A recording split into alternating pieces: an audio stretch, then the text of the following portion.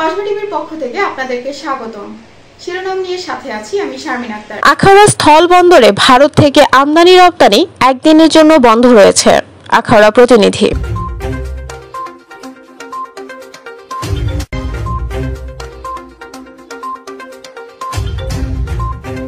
এবারে জানিয়ে দিচ্ছি বিস্তারিত। ব্রাহ্মণবাড়িয়ার আখাউড়া স্থল বন্দরে ভারত থেকে আমদানি রপ্তানি বন্ধ রয়েছে একদিনের জন্য। আখাউড়া স্থল বন্দরের আমদানি রপ্তানিকারক অ্যাসোসিয়েশনের সাবেক সভাপতি শফিকুল ইসলামের মৃত্যুতে বুধবার 24 এপ্রিল স্থল বন্দরে ছুটি ঘোষণা করেছে ব্যবসায়ীরা। বুধবার 24 এপ্রিল স্থল বন্দর আমদানি রপ্তানিকারক অ্যাসোসিয়েশন ও C&F এজেন্ট অ্যাসোসিয়েশন যৌথভাবে এক বিজ্ঞপ্তিতে এই ছুটি ঘোষণা করেন।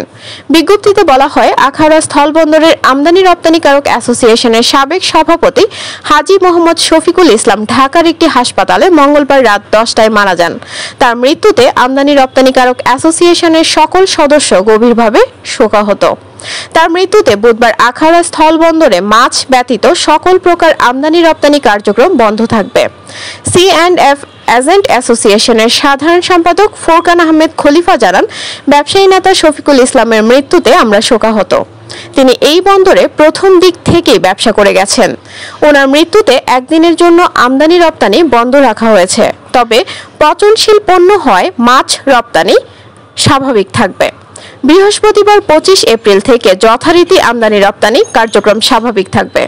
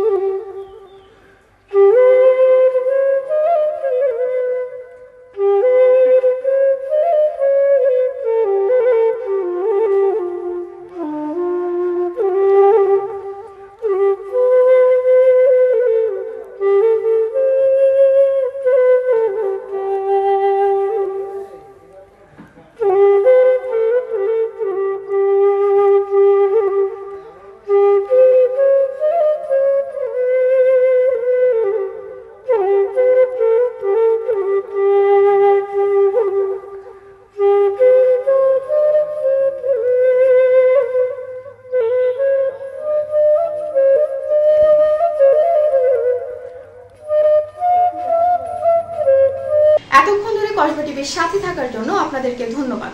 কসবা টিভিকে লাইক, শেয়ার এবং সাবস্ক্রাইব করে পাশে থাকুন। আল্লাহ হাফেজ।